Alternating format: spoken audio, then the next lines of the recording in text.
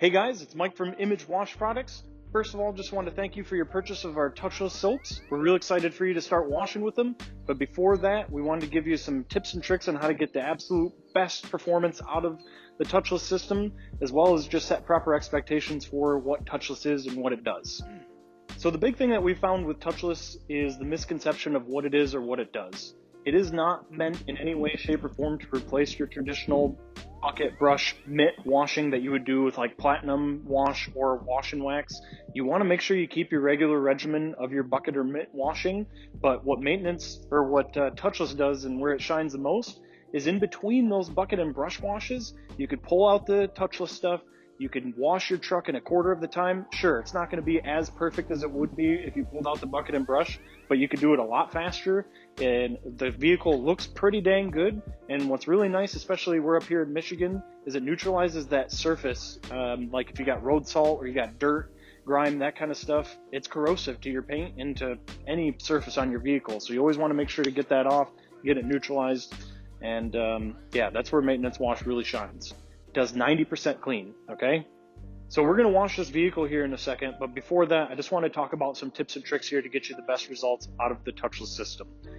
You always wanna prep your surface before you even get to washing, right? There's a lot of chemicals you can use, such as the bug remover, the degreaser, tar remover, cement remover, things that are gonna take care of those extra tough jobs before you even move on to the wash process, and it's gonna make a night and day difference between your wash results. Okay, so I'm going to start prepping my vehicle. The first thing I'm going to pull out is my degreaser. This is what I'm going to use on my wheel wells, my engine compartment, or if I'm working on a big rig that has some really caked on grease or baked on, it's been on there for a long time and it's not just going to come off my standard wash. I'm going to hit it with a little degreaser first, scrub or wash or whatever is needed first, and that's my degreaser. Then what I'm going to pull out is my bug remover. You pretty much are going to use this on just about every vehicle that you're washing. If there's bugs on it, you're going to want to use this first. It's really designed to break down those bug remains, make it a lot easier to wash, and use it on the back of your mirrors, visor, anywhere you got bugs, use this. It'll make it so much easier, and it will actually break down those bug guts that are clinging to the surface. Another trick you can use with this, especially if you got it in a pump-up sprayer, is using it to pre-treat or pre-soak the car before you do the touchless wash. It actually acts as a pre-soak and starts to break things down before you even start to wash. It just helps that last little bit to get you a better result. So the final tip in the wash process here is to make sure you have good wax protection on your vehicle, whether that's hand wax or you use our wax replacement, which is 10 times easier. Having that barrier between your vehicle and the elements makes it a lot easier when you go to wash, whether you're bucket and brush washing or you're doing your touchless wash. That is definitely key to getting the best results.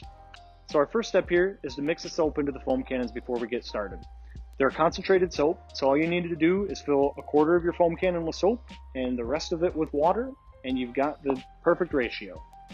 Now that you've got your foam cannons filled, make sure you adjust the knob on the top to get the perfect foam consistency. You don't want it to be too runny where there's water falling, where it's a watery soap mixture falling off the surface, and you don't want it to be shaving cream foam. You want it to be somewhere in between there for the absolute best results. Now that you've got your foamer all dialed into the perfect consistency, you're going to want to start by putting the touchless one on the entire surface area that you're working on, which we recommend doing half a vehicle at a time. And you want to let it sit for about a minute before you start moving on to step 2. An important note when you're applying soap to the surface is you want to apply from the bottom up. And the reason for that is it's just a lot easier to see your spray pattern that you've been working, and you're not over applying soap that way. Now that you've got your step 1 on the surface and it's been dwelling for about a minute, you want to move on to your step 2.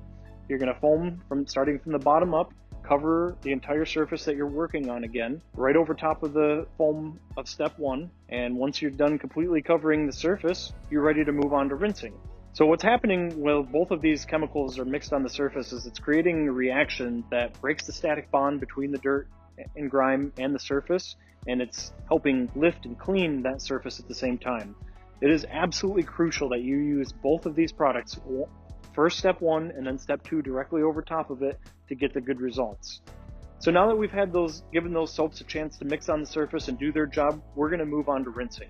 And when it comes to rinsing, there's definitely a few tips and tricks that are going to make all the difference in your end result. This is not a product that you can just stand back and rinse from 10 feet and get a good result. You need to get in there with that wand, stay about 6 inches from your surface the entire time. You need to hit every square inch of that surface that you want clean, because if you miss a spot, you're going to see that in your end result. I promise you that. So that's why a couple of things like overlapping every part of the wash. So as I'm washing, I'm going to make sure I overlap just a little bit. I'm going to try to go up and down and crisscross on the whole surface if it needs it. And then another important thing is we like to use a 40-degree tip when we're rinsing. That seems to be the absolute best, where you can maximize your coverage but also get the cleaning power that you need. Okay guys, so we just ended up washing this car behind me, at least this one half of it for demonstrations purposes, using all of the tips and tricks that I laid out for you just a minute ago. There's no movie magic here or anything like that. We're just trying to set proper expectations. I'm going to leaf blow or blow dry just these door panels here just to see what the end result is. It looks absolutely great right now because it's wet, but what I personally expect when I dry this is that we're going to get up real close and personal from different angles, and I'm going to run my finger on there. There's going to be a little bit of road film on there, something like that. If it comes out perfectly, that's absolutely great. It might. There's been several times that I've done a touchless wash on this thing, and it comes out absolutely no streaking from my finger, nothing like that. But it's been weeks since I've washed this thing, so who knows? It has to be good conditions for it to be a perfect touchless wash that is absolutely perfect. So anyways, here we go.